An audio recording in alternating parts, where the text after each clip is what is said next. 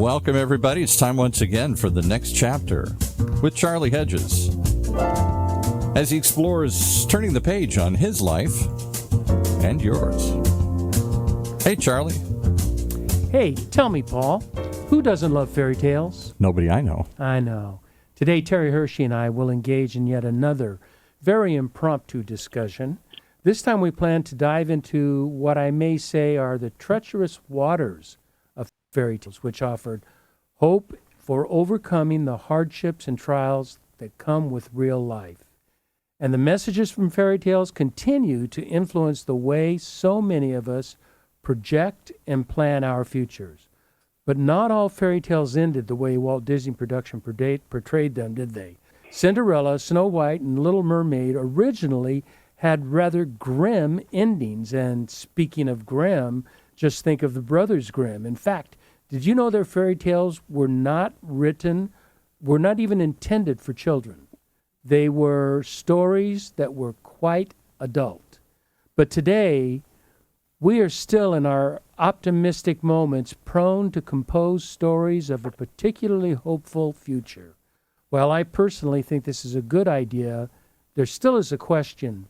Are personal fairy tales helpful? Let's see what my friend Terry Hershey has to say about that, and get show on the road. Yo, Hirsch. Charles, how are you? I am baffled and befuddled. And in my preparation for this, I got so into fairy tales that I just got so confused that I just said, forget it. I got a couple opening questions, and then you and I are just going to chat like we normally chat over the phone. That's good, because I didn't know what the topic was today anyway. So. But hey, the uninformed and yet the curious. This is the crucial difference.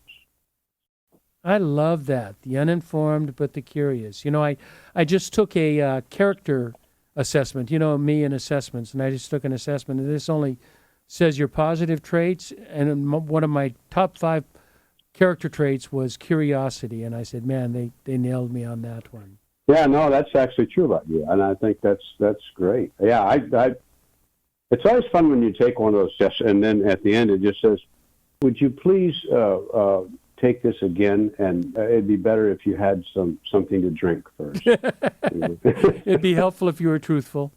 You know what's really nice about this one that I took, and it's called VA Character Traits or something like that. It's free. I'd have to find it out. Perhaps I'll put it on the show notes.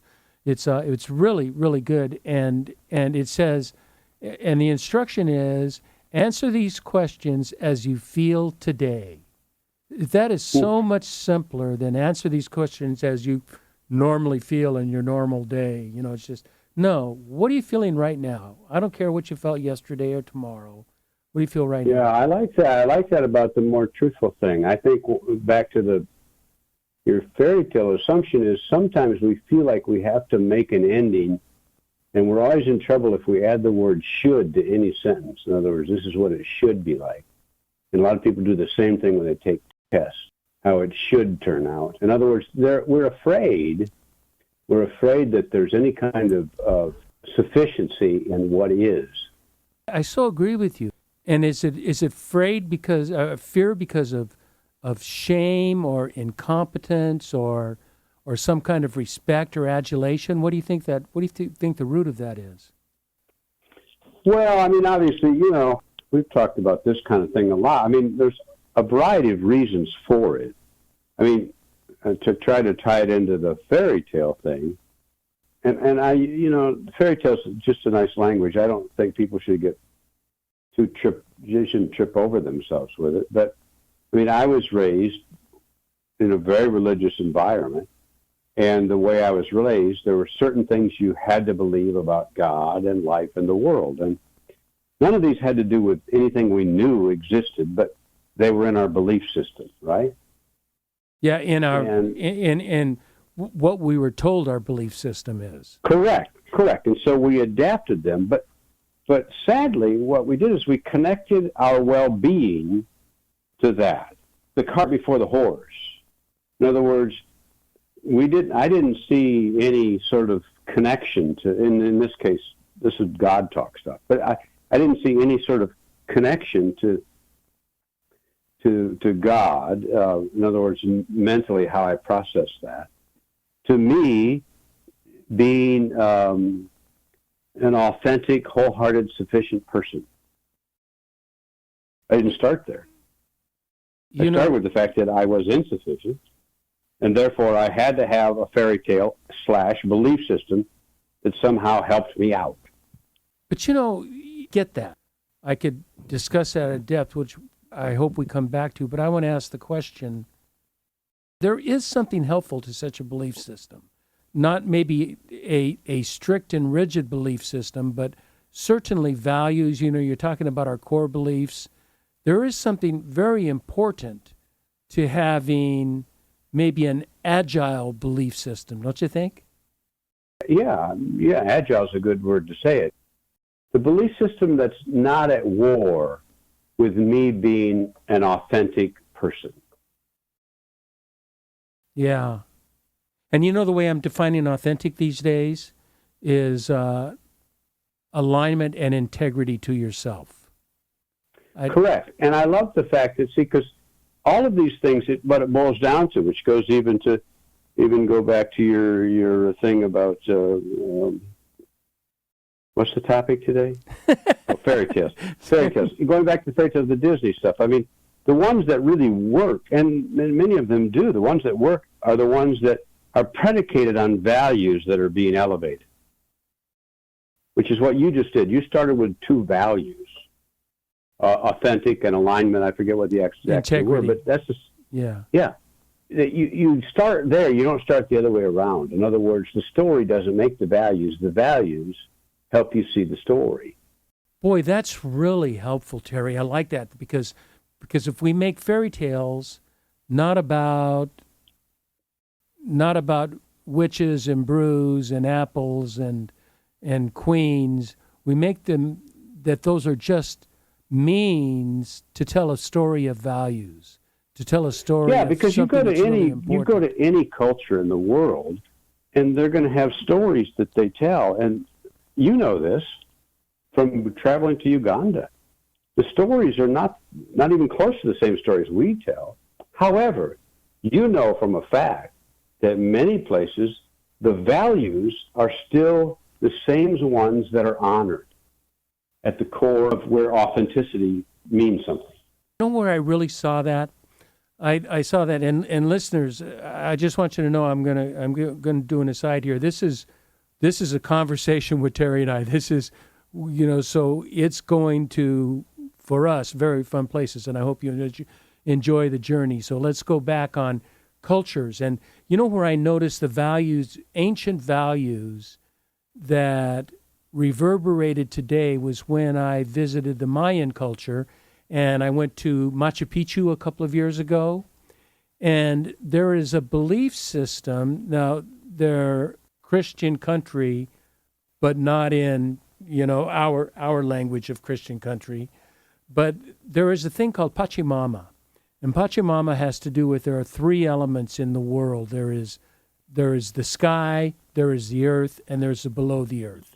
And there's life in each place, and there's honor given to each territory. And that is still values today in the Peruvian society of, people who are in the not necessarily the educated and elite, but the average day-to-day people, and the values that are 1,000-year-old values are still values today. And I was so moved by that. What you have is a place where you honor values about what it means to be fully human, fully alive, fully authentic, and fully transparent in that way. And what does it mean to honor that humanity?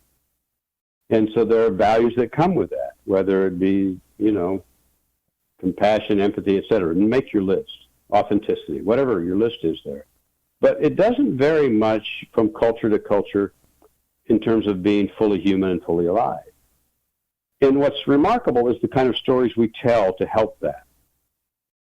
What was interesting to me is that many of the stories that were told to me, and it's not that I'm saying that the people who are a part of that faith are in the, quote, wrong faith. I'm saying that many of those, quote, fairy tales told to me did not reinforce, did not encourage, did not help replenish those values. I know. I have a friend that came from your tradition that was a minister of a very large church, and he said that he found out that many of the things that he could not do were his goals in life. And so you can't dance, you can't drink, and he was thinking that's what I want to do. So they were ours was you can't dance or drink, and you can't even date women who do that. So that was hard.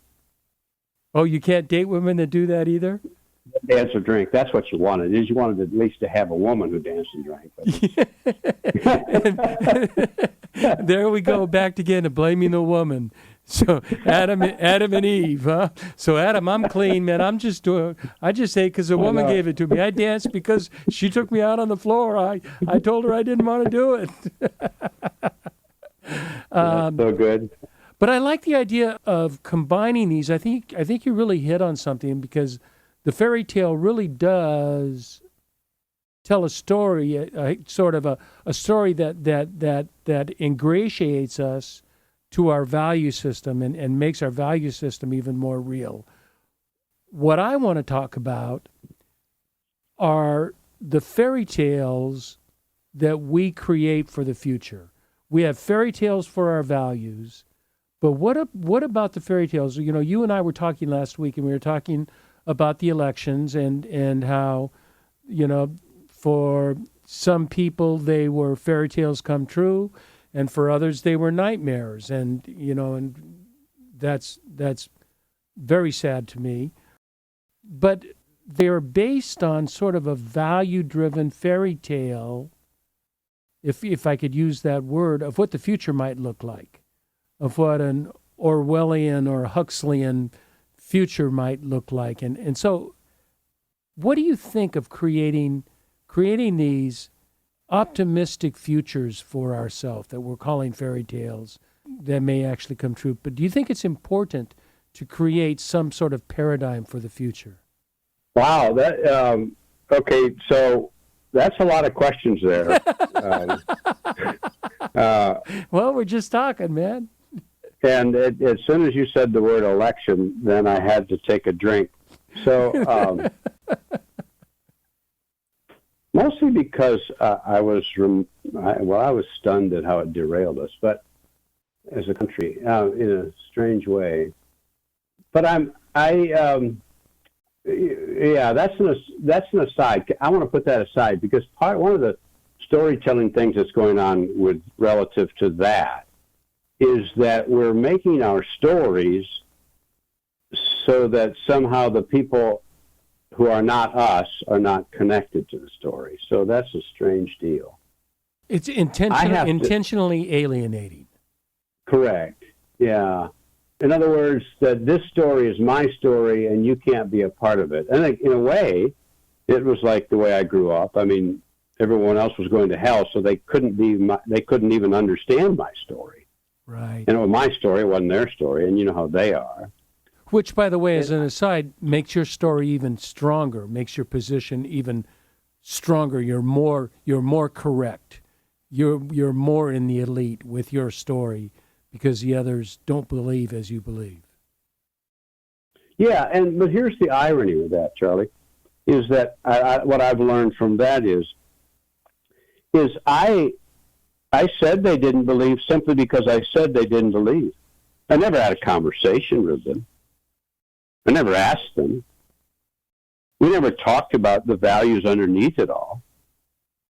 They just didn't use the same words I used. So therefore, I dismissed them. That's a scary thought in our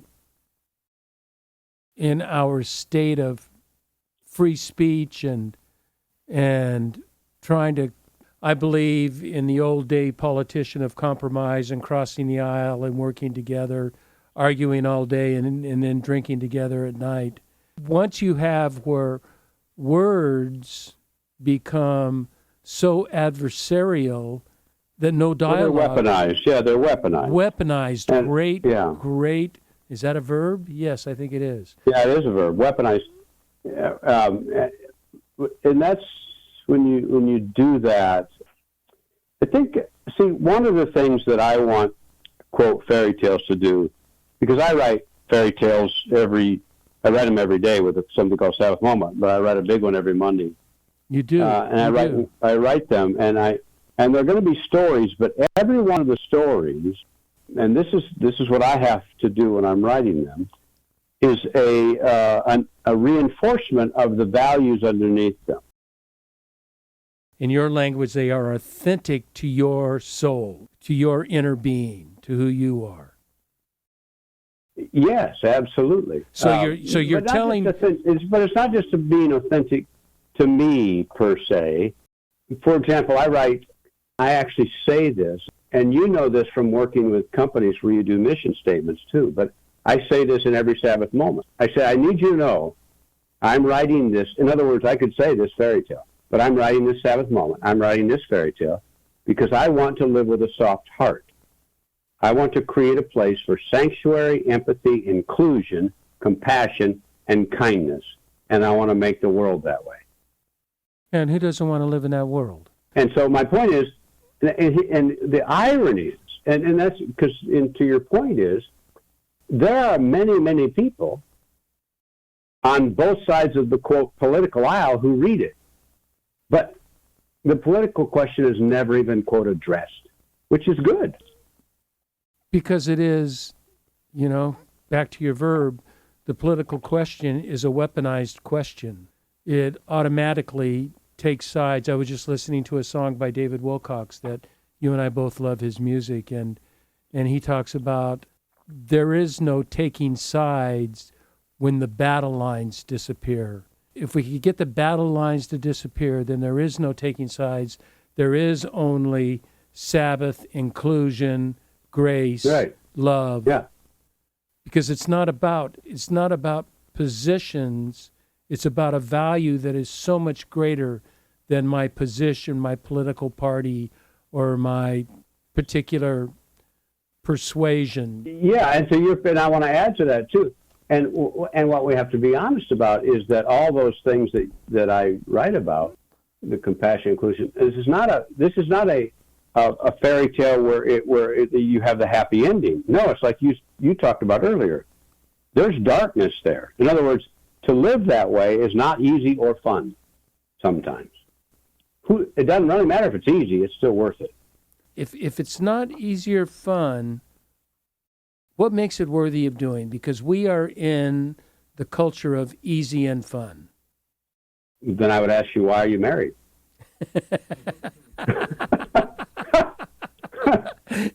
and I would respond because I've watched you and I've seen the results.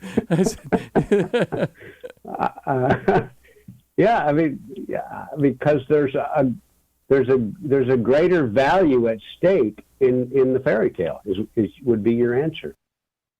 And when that fairy tale is in concert with, I'm going to say, with the values that you hold dear, let me take a step back from that and ask you, how many people do you personally know that have identified or truly worked to articulate what their personal values are? It's not very high. It's important, or do you think that's just an intellectual sort of bunch of gobbledygook? Well, it's not intellectual. And I would also say that many people would be willing to name certain things too, but very often we don't put words to what that means. In other words, we don't put stories to it. When you walk someone through that, then it makes extraordinary sense. I mean, even like, for example, Veterans Day is a remarkable reminder about the kind of story that many people in our country have gone through to be in service. And when they come back from serving, they have stories that ground them. And it's very hard for that to be translated to people who have never been there.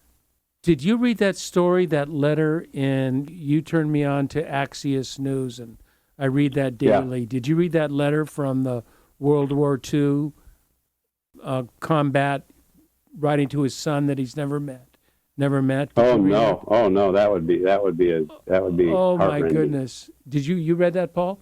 It's so powerful, and it's all values oriented, and it's just what he's trying to encourage his son to do, and he's writing this from the battlefield, and it was right, and it's an actual letter that's typed on old yellowed paper, and okay, I'll find that, because we need more and more quote stories / fairy tales like that. I mean, that's a fairy tale, and that's not a detrimental statement of that. And a fairy tale is simply a way to tell a story that has an ending, or a possible ending. A possible, and may I use the adjective, a possible optimistic ending, because if we're pessimistic, then we become nihilistic, and then the philosophy of pessimism, and who cares about life? It's meaningless. It doesn't matter what you do unless there's hope, optimism, and love.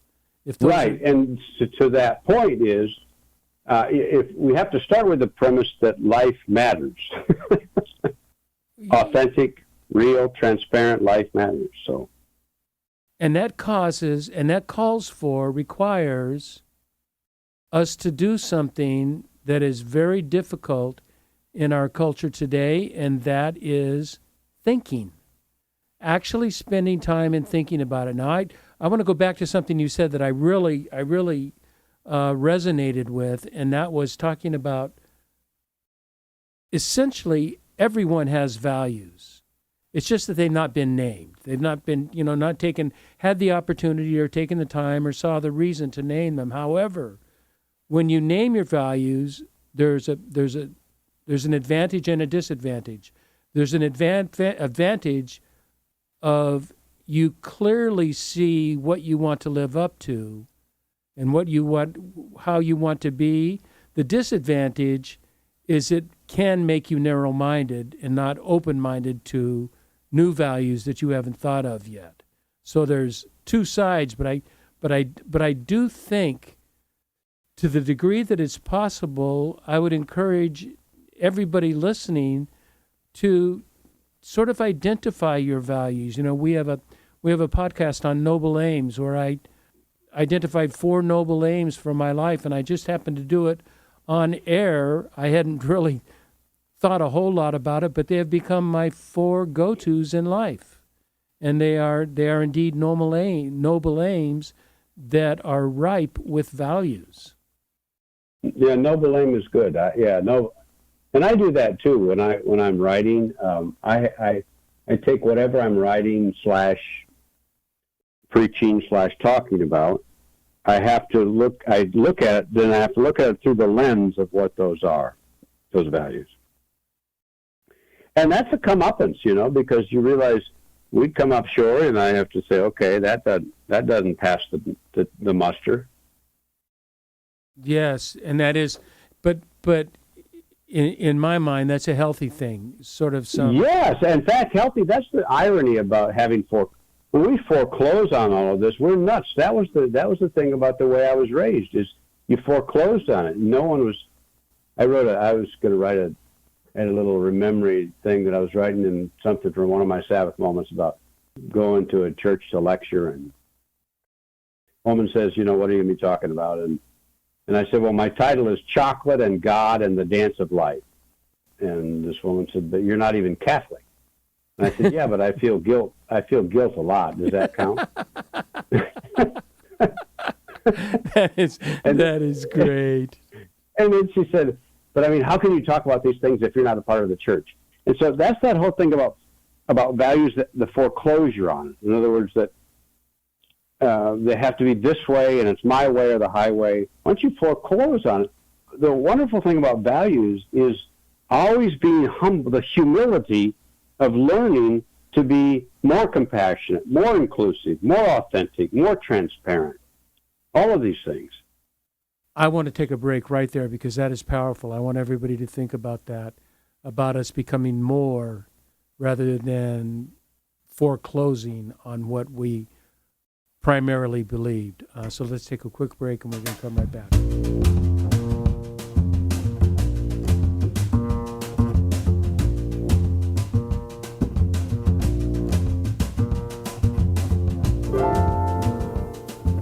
Hi, this is Charlie Hedges, and you're listening to The Next Chapter with Charlie and with my dear friend Terry Hershey, and we are talking about values in the form of story, and we're calling them chasing fairy tales, but not in a negative way, that a fairy tale is a negative thing, as Terry has so aptly brought to our mind. Fairy tale is a beautiful story of values and how we can live according to our values, and why fairy tales stay with us so long is because they're inherently valuable. Now, I want to bring up, you talked about last time, you were just before the break, you were talking about foreclosing on predetermined values, or especially values taught to us by outside authority. You know, religion falls really guilty in there, but so does certain political beliefs, you know, the hippies and communes and all the values they tried to instill, not instill, but force upon their children. It seems to be doomed to parenthood, but we can't foreclose on those. And so I have been working on sort of a not a timeline, but a sort of a continuum of 3 features that are important in my life. And I have this, you know, as I told you, I took that instrument that defined one of my characteristics was curiosity, another is love of learning. I love to learn new things as a curious person.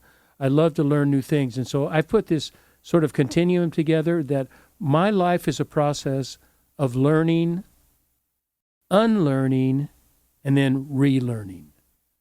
That there needs that I must be continually in that process. When I stay stuck in learning, then I'm stuck in life, and I'm stuck of advancement and improvement and enrichment. But when I'm unlearning, some things, I'm not just adding to things, there's some things I need to deconstruct because they were constructed 30 years ago for my state where I was 30 years ago, and 30 to 40 years later, I'm a different person. And so I need to unlearn that so I can relearn new values, new ideas, new ways of doing life that impact my culture today. Yeah, I mean, they served you then. What do you think about that structure, about learning, unlearning, and relearning? I wholeheartedly agree with it. Oh, do you? Yeah, because my first question with anything I do is, in what way may I be wrong? In what ways can I see this differently? Can I see this holistically? Can I see this from another vantage point? And we need to stretch beyond our comfort zone to find that out, don't we? Because if we only, like in reading, if we only read, you know, if you're a person that leans to the left and you only read the New Yorker or the Atlantic, all you're doing is reading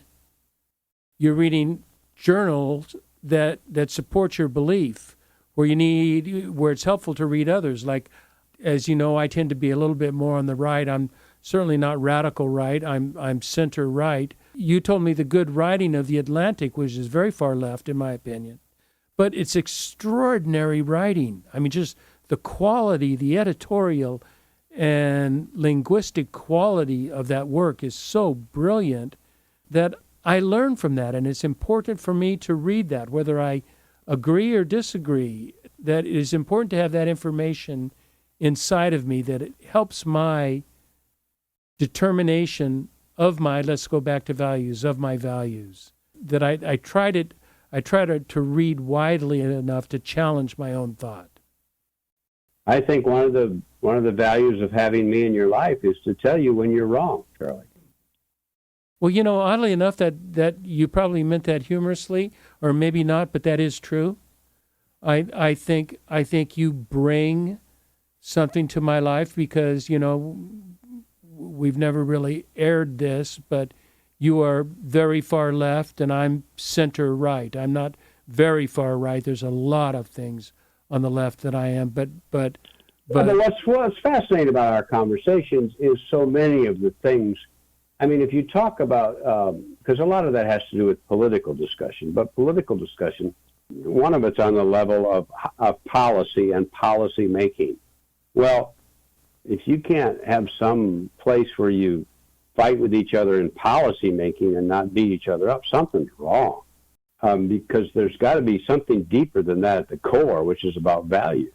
And both of us, the best part about being friends, both of us, the whole point about being friends is you help each other with where their blind spots are, where our blind spots are relative to how our values are reinforced.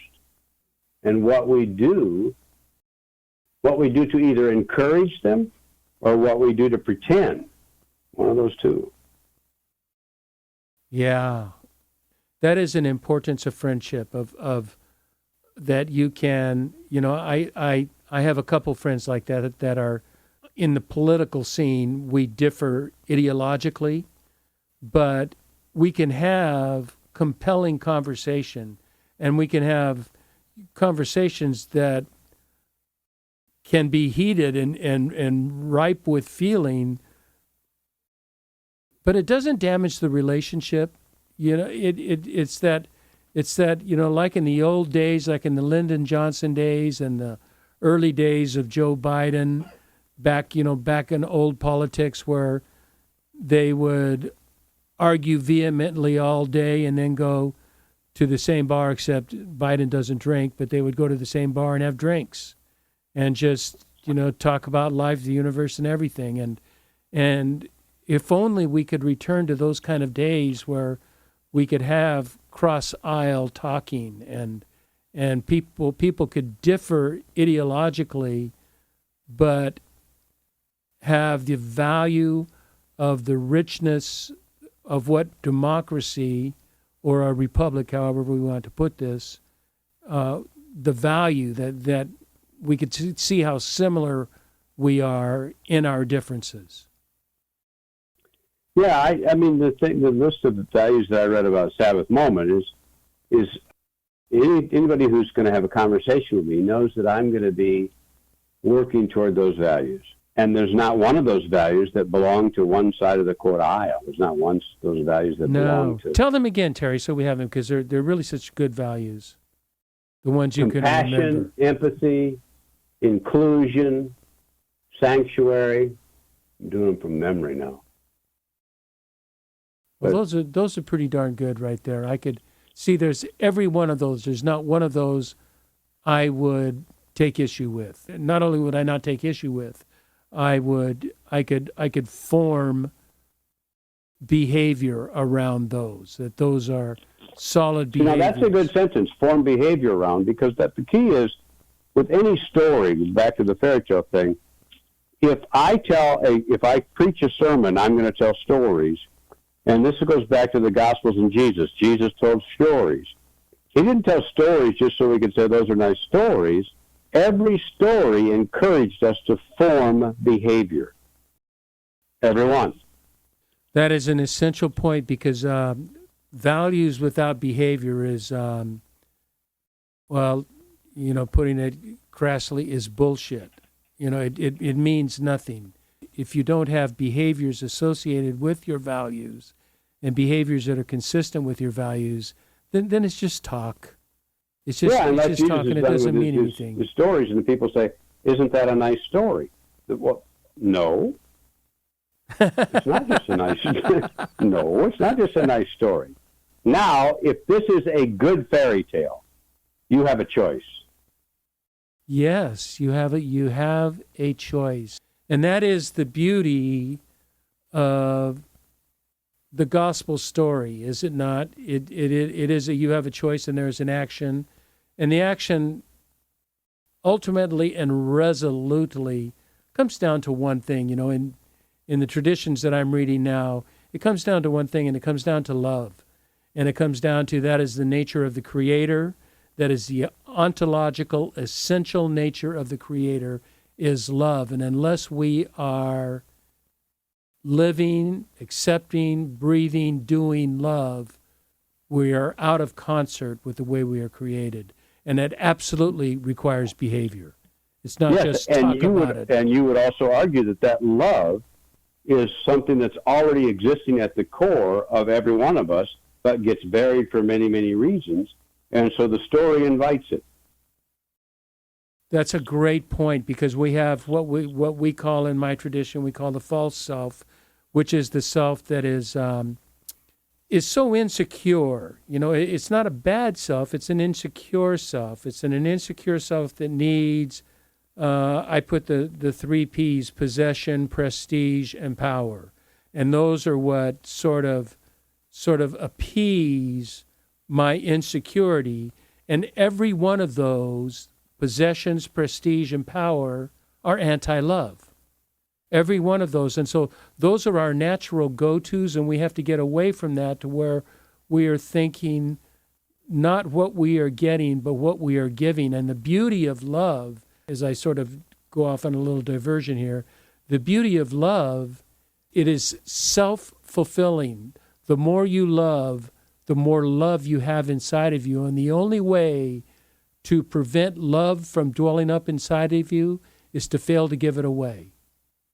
You fail to give it away, it quits coming. Yeah, which takes us back to the fairy tale thing and the story, and that's why a really profound fairy tale, at its core, is neither a test nor a contest nor an assignment. It's not a beauty pageant. It's an affirmation of what is already there, and it does exactly what you just said. It invites you to that. I like that a fairy tale is an invitation. So let's wrap this up, and let's talk about, and this will be the shortest podcast I think we've ever done, and it's still good length. But let's wrap this up and I want to have a discussion about what kinds of fairy tales in the tumultuous understatement society that we live in now, what kinds of fairy tales can help us in our divisiveness, in our hope, in our need to do what I so value as love? What kinds of fairy tales can we create, Terry? If you're talking about stories from our past, I mean, I'm going to take stories like The Velveteen Rabbit and The Little Prince and stories Mr. Rogers has told. Because stories are basically just a way for you to put yourself in one of the characters. That's what it is. In other words, it's not simply just a declaration, go love someone. In other words, they tell you a story with characters, and you say, as you see that story, I can be one of those characters. That's the power. I can identify with that. Yeah, I can identify with that character. Or, I want to be that character. That's the character I want to be. Yeah, there's something inside of me telling me I need to be that.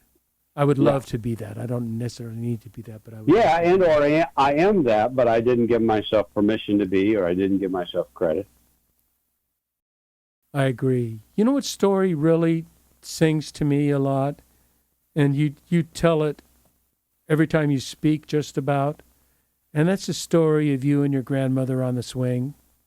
Oh, yeah, it's a great story. Oh, it's a great story. It's such a great story of grace. Why don't you wrap us up with that story? I don't know that all of our listeners have heard that story, and it's a very endearing and true story that is a story of grace and love. My grandmother, when she was in the last years of her life, lived in northern Florida with my grandfather, a town called Chiefland, and my grandmother had a porch swing, which is a very Floridian thing. But my grandmother would spend time every day on her porch swing, and she liked to sit and swing, and she would hum old church hymns like Rock of Ages, Cleft for Me. And I remember visiting her when I was a young adult. I was a pastor when I was young, but I would go back to Florida. What is young, Terry? Just so I get an idea of what young is. 26, 27. Oh, okay. So you were old. Yeah, yeah. But I would visit her from my early 20s on up to my late 20s. And whenever I visited her, she would always ask me to sit with her on the swing for a spell. That's what you say in Florida, for a spell. And as we sat on the swing, she would always pat my leg and call me darling. And the powers, I remember her because on her head she had a white scarf because of chemotherapy's unrelenting march in her life. And the power of the swing is that every time I remember visiting her, I never had to prove myself or be somebody I was not. I never had to impress or perform. I simply got to be just Terry. So one of the things I look for in places like that, in stories that affirm the sufficiency that is in me, that invite me to those very values I say I want to live, empathy, inclusion, compassion, is tell me where the porch swing is. So that is such a powerful story, and perhaps because I know some backstory, and I know those were the years in your life you were Terry Hershey, capital letters and neon lights, that everybody was following Terry Hershey.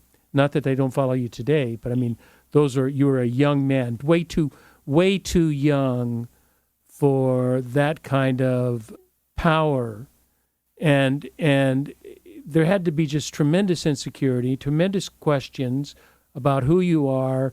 Do people like you? Did you do a good speech? And you found the wonder of a grandmother that didn't even mention it. Those are non-events in your life. The event in your life is you were here and you were loved, darling. And yeah, that's the truth. That'd be a great book title. The event in your life. You were here and you were loved. Darling. Yeah, darling. Hey, Hirsch, thanks so much, man. It is, it's always good to make public our private conversations. Yep. Good day, my friend. Yeah, thanks for coming on, bud. And I want to thank our listeners for tuning into the next chapter with Charlie, and please be sure to check us out at our website, and also tell your friends about us as Terry hangs up. Tell your friends about us that Terry will not hang up on you if you happen to call him. And check us out at the next chapter.life, L-I-F-E. And until next, this is Charlie Hedges signing off. Bye for now.